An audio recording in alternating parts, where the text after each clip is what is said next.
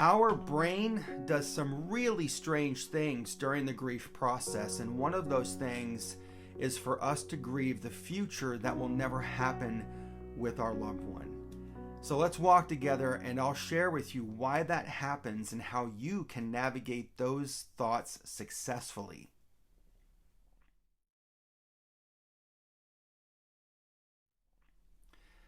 Hi friend, welcome back to Grief Questions Answered. I'm Eric, and it's my goal with these videos to share everything that I've learned about how to survive, find the support in the loneliness of grief, and how to intentionally get back up and live beyond the loss of a loved one. If this grief tip doesn't help you today, I am confident it can and will help you at some point in the future, so be sure to save this video to watch later on. And if you haven't done so yet, click that subscribe button down below, as this is the best way to get notified of new videos just like this and to show support for the channel. Katina posted in our private Facebook group, and she asked, why do we grieve the loss of a future that won't happen? I'm feeling incomplete and I'm wondering why the brain does this. And this is a very thoughtful question from Katina, because while it may seem like it's just a thought, the human brain actually has over 40,000 plus thoughts a day. And not only that, but you may be asking other questions that could be taking up a significant amount of that energy that your brain is trying to use for processing the grief. And so by the end of the day, you're exhausted. And that is just part of what grief does. Now, Katina described perfectly how this part of grief feels to many of us. And she said, I'm feeling incomplete. And I know what that feels like, because I remember sitting down at my computer one evening about 2 years after Zoe died, and I found myself scrolling through my photo album. And I started all the way back from the time that I began using my mobile phone, which was around 2010, until January of 2014 when I lost Zoe. And then it hit me that I won't have another photo of Zoe that I took past that time. And then my thoughts cascaded even further. She'll never experience anything on this planet again. I won't get to take her and her sister on vacation ever again. I won't be able to walk her down the aisle or to see her accomplish any goals in life. And so many things that I was grieving about the future that wasn't going to happen, and all of it hit me really hard. And just like Katina, I felt really incomplete. But here's the thing. Grieving the future that we won't have with a loved one is simply a part of the grieving process that we really can't avoid. And we're trying to make sense of this new reality that our loved one won't be with us as we continue on our pathway in this lifetime. And it's confusing, it's frustrating, and sometimes it's strange for our brain to try to comprehend all of this. And so it does take some time for our mind to sort it out.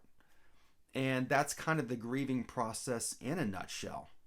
Reconciling the love we still have for them, the bond that we still share with them, and the fact that they are no longer here. All of it, it's just too much sometimes. And so when we lose a loved one close to us, we not only mourn the past and the present, but also the future that we had envisioned with them and that we hope to share with them.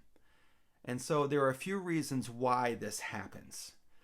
I remember when I lost Zoe, the dreams, the plans, the expectations that I had for the future wouldn't be happening.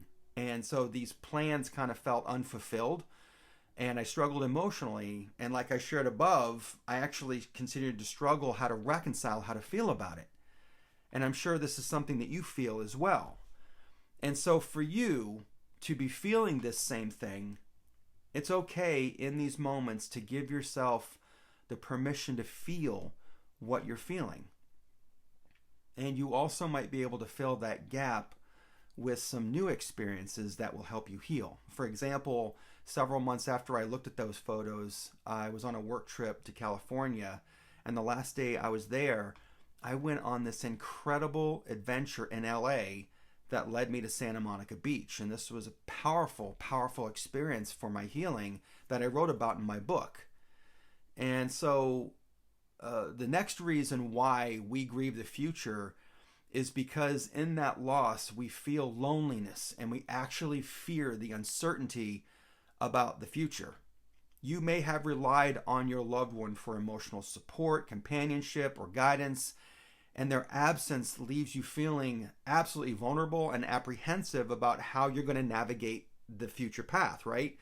And so one of the best ways to navigate this loneliness is to connect with others who are on this journey, because it recreates a sense of support and connection and companionship that you once shared with your loved one. And I know it's not the same, but we can't change what happened, but we can change what happens next. And honestly, connecting with others is 10 times better than just living in the loneliness. Another reason why we grieve the future is because the grief itself can feel intensified by any regrets that we hold about unresolved issues or unspoken words. And I know I felt this too. We may wish that we had more time to express our love, to apologize, or even to address certain matters with our loved one. And for the longest time, I actually held on to the guilt that I didn't do enough for Zoe while she was here. And until I took some steps to really look at what I actually did for her while she was here, it was the best that I could do. And that's like you and I. We do the best we can with what we've got at the time. We don't have a crystal ball, and we don't know that our loved one is going to pass. And so finding ways to heal through this aspect of grief and guilt, one of the ways you can do that is to write a letter to them expressing what you're feeling and reading that out loud and allowing yourself the acknowledgement that your message was heard by them. And this message should really be about just the things that you miss about them and why you love them. And the last thing that I'd like to cover in this video about grieving the future without your loved one is that it can actually alter the course of your life and force you to make significant adjustments to your future plans. And this one's really hard to try to work through. And when we lose our loved one, we have no choice but to adapt to this new reality. And that's really a hard thing to do. It's just not as simple as snapping your fingers and you're okay with this adaptation. No, there's just no timeline for your grief. And it's your process. And it goes the way it needs to go for you, period. And so one of the best ways that you can adapt to this new reality is to connect with others and slowly begin to do things that bring life back into your existence. And it's okay to do that. Maybe that's going out with friends, getting involved in the community, re-exploring an interest that you had many years ago. I mean, the list can go on, but everyone is different. And what will work for them is different. And there is no one right way to navigate this journey except for the one way that works for you. And so grieving the future is a very complex and ongoing process, and it's essential to give yourself time and space to process all of the emotions, to get support from others, and to remember that grief is a very personal journey. It's okay to feel that mix of emotions as you navigate your loss and the future that you had imagined with your loved one, and I know that's not easy. And so, Katina, as always, I hope this helps. It doesn't matter how much time has gone by. Living in the present moment allows you to move into your future. And you create your future by taking each step one at a time.